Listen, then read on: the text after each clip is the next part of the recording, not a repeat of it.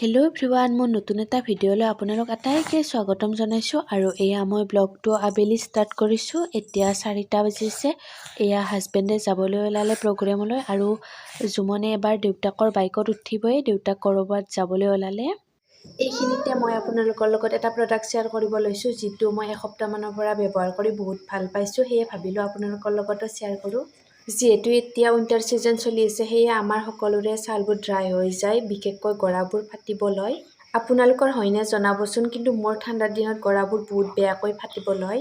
সেয়ে মই এই প্ৰডাক্টটো এসপ্তাহমানৰ পৰা ইউজ কৰি বহুত ভাল পাইছোঁ। সেয়ে ভাবিলোঁ আপোনালোকৰ লগতো শ্বেয়াৰ কৰিলোঁ। আৰু এই প্ৰডাক্টটো 100% নেচাৰেল হয়, ইয়াৰে কোনো ছাইড ইফেক্ট নাই। প্ৰডাক্টটোৰ নাম হৈছে নিউষ্টাৰৰ পেট্ৰলিয়াম জেলি। পেট্ৰলিয়াম জেলি বুলি ক'লে সকলোতে পাই যাব। আৰু ইয়াৰে দামটোও বেছি নহয়, মাত্ৰ 50 টকা। সেয়ে সকলোৱে ইউজ কৰিব পাৰে। দেউতাই এয়া জুমনক ব্ৰাছ কৰাই দি আছে। সি আজি প্ৰথমবাৰৰ বাবে ব্ৰাছ কৰিছে, সেয়ে দেউতাই শিকাই দিছে। আৰু এয়া ৰাতিপুৱাই ওলালোঁ ঘৰলৈ যাবলৈ। 2 দিনমান থকাকৈ যাম, আৰু মা আহিছিল মোক নিবলৈ। আমি বেটাৰীতে গৈ আছোঁ। খুৰাহঁতৰ আজি এটা কৰ্মও আছে, তালৈকেও ওলালোঁ। আৰু এতিয়া 12:30 হ'ল। আমি 11টাত আহিছিলোঁ, 12টাত আহি পালোঁ, আৰু অকণমান ফ্ৰেছ হৈ ল'লোঁ। এতিয়া খুৰীমাহঁতৰ ঘৰলৈ যাবলৈ ওলালোঁ। খুৰীমাহঁতৰ ঘৰত আহি চাহ-তাহ খালোঁ। খুৰীমাহঁতৰ বাবুৰ আজি অন্নপ্ৰাশন্ন, তাৰে এয়া নিয়ম কৰিব লৈছে।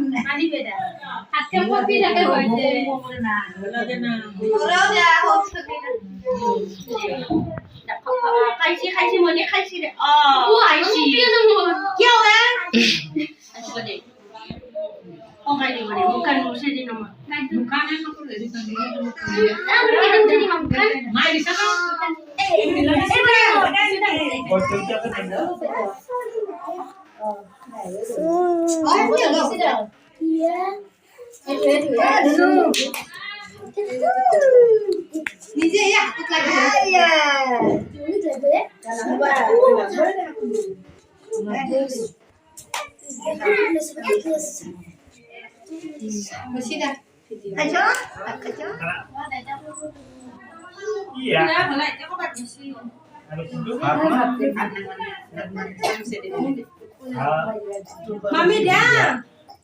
Mami.